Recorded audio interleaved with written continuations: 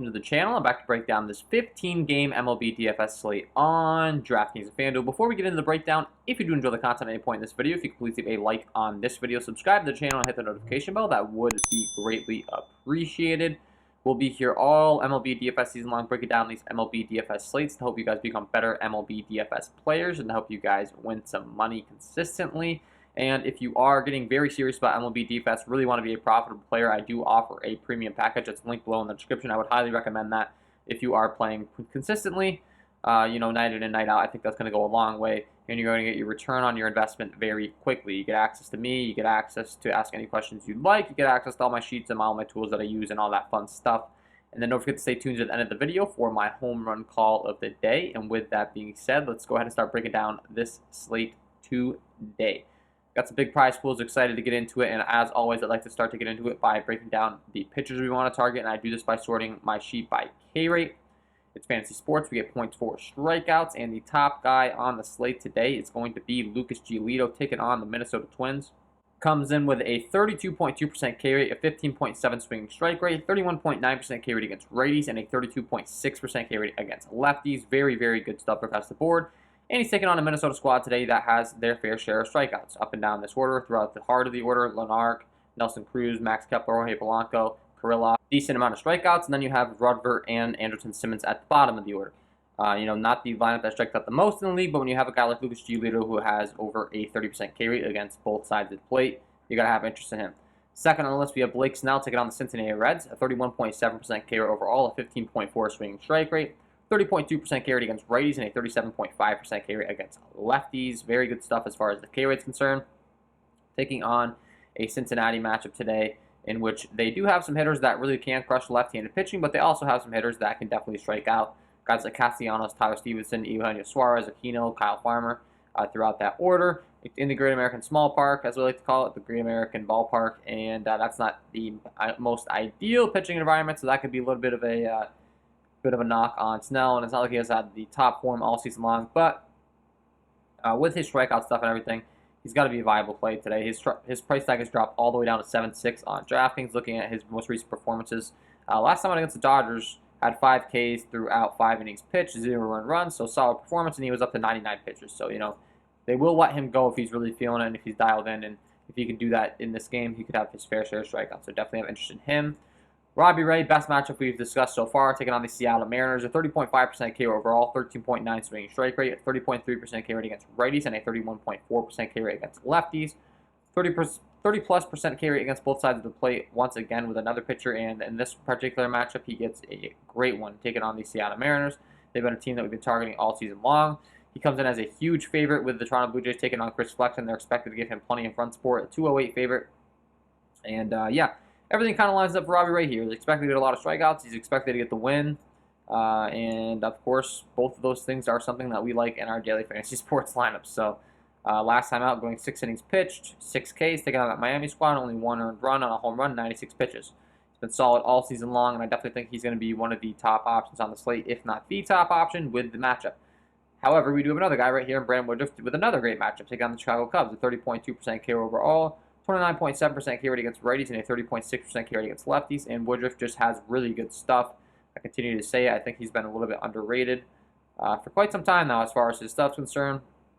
If we see him drop off with this sticky stuff situation, I guess that's something to take note of. As far as his most recent performances, we've seen last time out he still had 9 Ks, only 1 earned run, and the time before that he gave up 5 earned runs, but that was in Colorado in Coors Field, so a little bit of a free pass on that one. Back at it last time, taking on Arizona with 9 Ks, 98 pitches, really looks good. And the Chicago Cubs team's been striking out a ton. He's a 210 favorite, expected to get the win.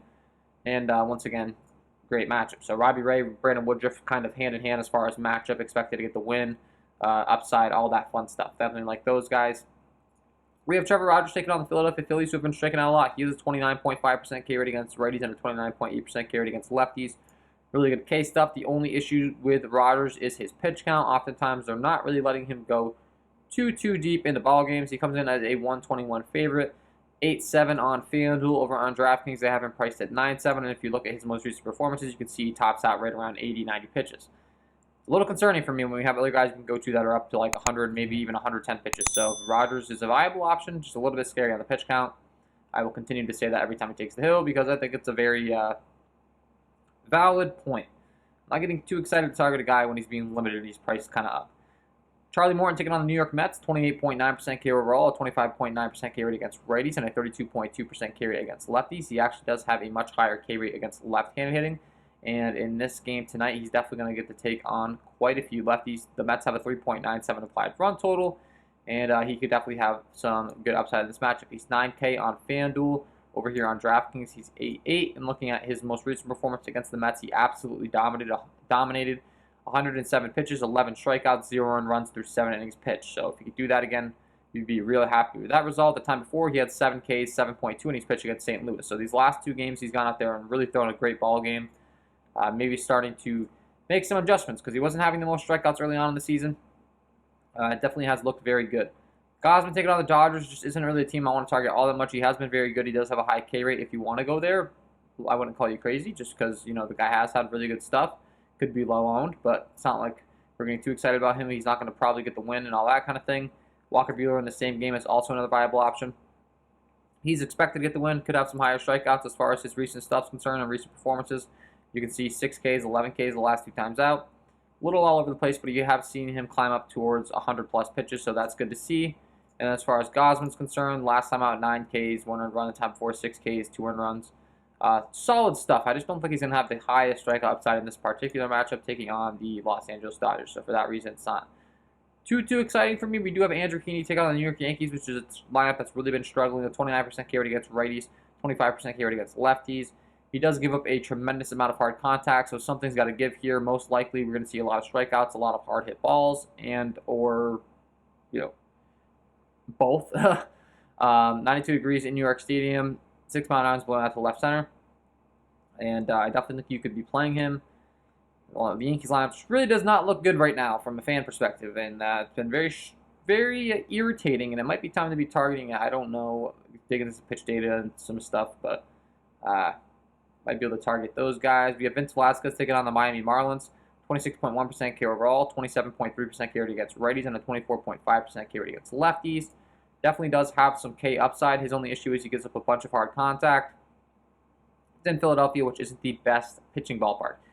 I was hoping this game might be in Miami off the top of my head when I see a guy like Vince Velasquez in hard contact and strikeout upside. It's not, so it's a little bit scary. He's 6-1 on FanDuel over on DraftKings. They have him priced at 7-2, so a nice discount on him over on FanDuel. Last time out, he had 5 Ks, 4 earned runs against Washington, 86 pitches or so. That seems to be kind of a trend. He's getting around 4 or 5 pitches. He's allowed like 3 earned runs or more each game. So it's a little scary going there, but if you want to, I wouldn't call you crazy because of the matchup and all that stuff. Once we get past Velasquez, things don't get quite as interesting. We do have Rich Hill taking on the Washington Nationals. His recent form has looked pretty good. He has a 25.6% K overall, 25.9% K rate against righties, and a 24.8% K rate against lefties.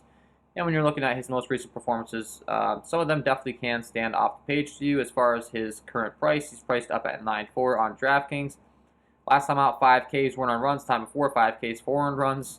5 Ks time before, but 4 earned runs. So starting to see the K rate climb, starting to see the pitch count climb, but still not exactly the most impressive performances. And for that reason, once we get past this line of people, or these pitchers, it's kind of getting a little scary. I'm not really sure I'm interested in too many more people. It would be James Caprielli taking on the Texas Rangers. Would be another guy, 33.3% K rate against righties. Drops down all the way to a 16.5% K rate against lefties, however. And that's a little scary when you're taking on a Texas Rangers squad today. But, I mean, they do have a bunch of strikeouts, and it's in the Oakland A Coliseum, which is a great pitcher's ballpark. He's a 186 favorite. 8K on FanDuel. Over on DraftKings, they have him priced at 8K as well. Last time out, 4 Ks against the same Texas squad, 2 earned runs over 6 innings pitched. So, pretty good performance. Not exactly the most strikeouts. Kind of makes sense when you're matching up his numbers in the Texas Rangers lineup, because they do have quite a few lefties in there. So, with that being said, let's go ahead and transition over to bats. As always, I like to go ahead and insert my sheet by Sierra, scale interactive ERA. It's a good way of determining how good a pitcher's been so far in his career and how good he's expected to be in the future. And we do have 2 guys that we didn't touch on, Alex Wells and Tyler Meagle, taking on Houston and Atlanta. These two guys only have about a 2 innings pitch sample size apiece, so really looking at the Vegas lines, there's a 5 implied run total for the Atlanta Braves. As far as Meagle and his stuff at 4.9 in the most recent report. Second straight turn to the rotation after starting his big leg debut last Wednesday. So only, as mentioned, a small sample size, 92 pitches in that one, 4 strikeouts, 2 earned runs against the same Atlanta squad. So run it back as far as he's concerned. And then as far as Alex Wells taking on Houston, he's pretty much, it's just going to be a bullpen game. So I can tell you that the Baltimore Orioles don't exactly have the best bullpen in the world.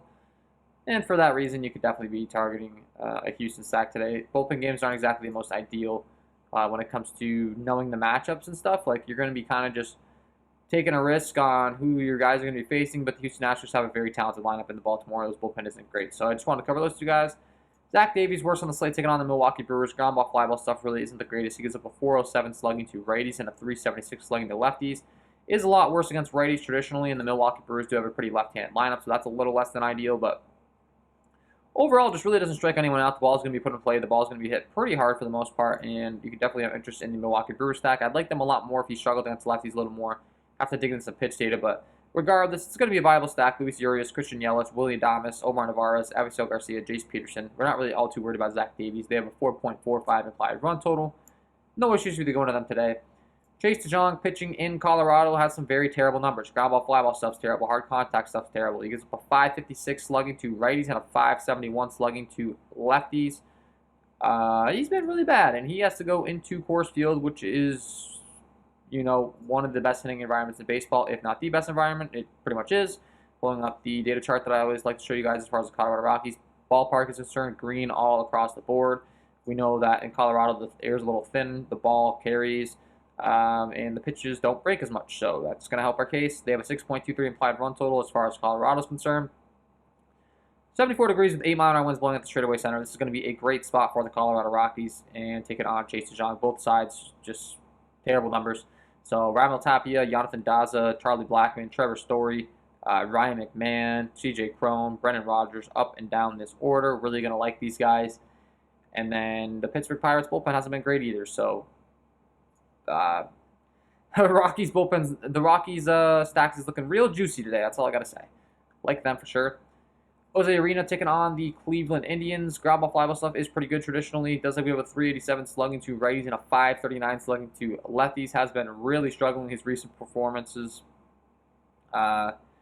Consistently just getting blown up. So the Cleveland Indians have another chance to keep it going against him today. It's 84 degrees with 9-mile-an-hour winds blowing out the straightaway center. As far as looking at his performances, you can see 4 earned runs, 7 earned runs, 7 earned runs, 3 earned runs. Just not getting the job done.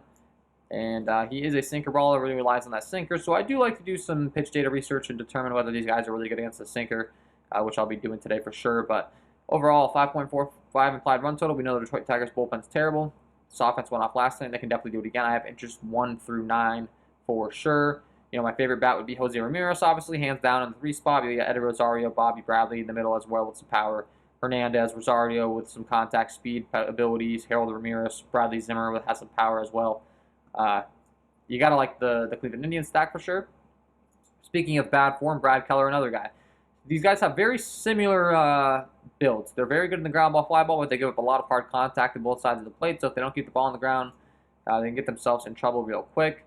And that's been the case with Brad Keller as well, taking on this Red Sox team today, looking at his most recent performances. 4 earned runs, 5 earned runs, 6 earned runs, 5 earned runs. That is not good whatsoever. And he has to take on a Boston Red Sox team today that has a very good lineup up and down. They've been, arguably one of the hottest teams out of the gate.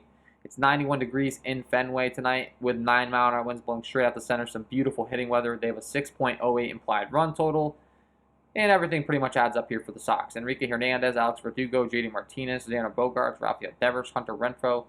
I'd play 1 through 9. As far as Keller's splits are concerned, he is definitely a little bit better against lefties.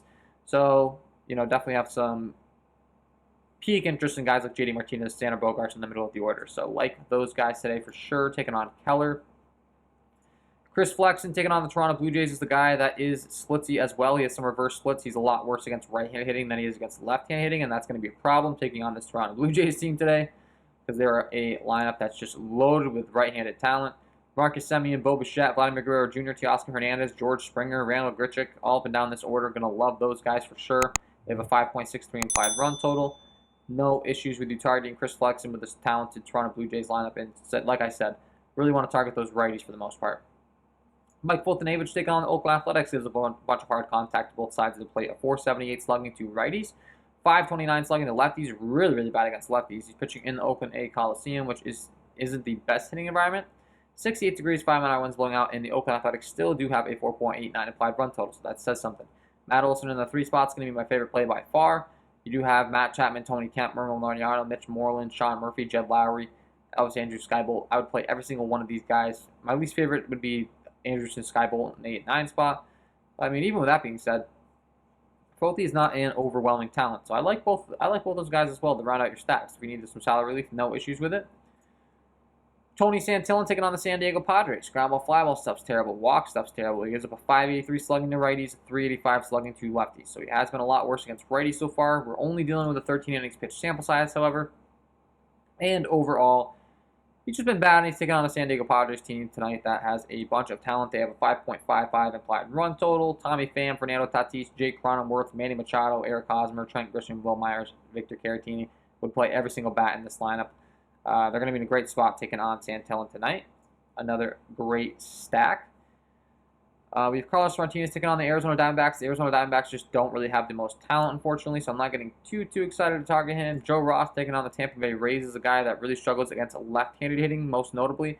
Righties is pretty solid. Lefties is where it gets really bad. So when you're looking at this Tampa Bay Rays lineup, anyone that cracks this lineup that is left-handed is going to be an interesting option for me tonight. It's in Washington, 92 degrees with 9-mile-an-hour winds blowing out. So some great hitting weather. And the Rays definitely have some good left-handed hitting. Brandon Lau, Wander Franco, Austin Meadows, G-Man Choi, Joey Wendell, Kevin Kiermaier.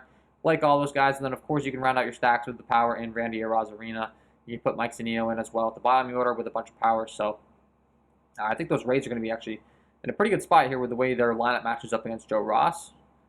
Caleb Smith taking on the St. Louis Cardinals, another lineup that should match up well in this matchup. He has a lot of ground ball, fly ball issues, a lot of hard contact issues, a 40-40 slugging to right-handed hitting, a 55% fly ball rate. These right-handed power bats should really have a great opportunity to do some damage tonight for the St. Louis Cardinals. They have a 4.98 implied run total. Dylan Carlson, Paul Goldschmidt, Nolan Arenado, Tyler O'Neill, Yadier Molina, Tommy Edman, Edmund Sousa, Paul DeJong, up and down the order. There's not a single lefty in here. The ones that are lefties are switch hitters, so going to like targeting Caleb Smith tonight for sure. The only downside is the ballpark. In St. Louis, not the best hitting ballpark in the world, but we're still going to have interest. Nick Pivetta taking on the Kansas City Royals. We just saw this game go off in Boston last night. As mentioned, there's going to be more good hitting weather. And once again, we're in another situation where both pitchers allow a lot of hard contact. Only a 4.42 implied run total for these Royals, but don't let it fool you. They are in a good spot here as far as upside is concerned. 467 slugging to righties and a 474 slugging to lefties for Nick Pivetta. And we have Whit Merrifield, Jorge Soler, Carlos Santana, Salvador Perez, Ryan O'Hearn, Hunter Dozier, Michael Taylor, Nicky Lopez, and Emmanuel Rivera in that lineup. Gotta like that spot tonight as far as the hitting weather and everything.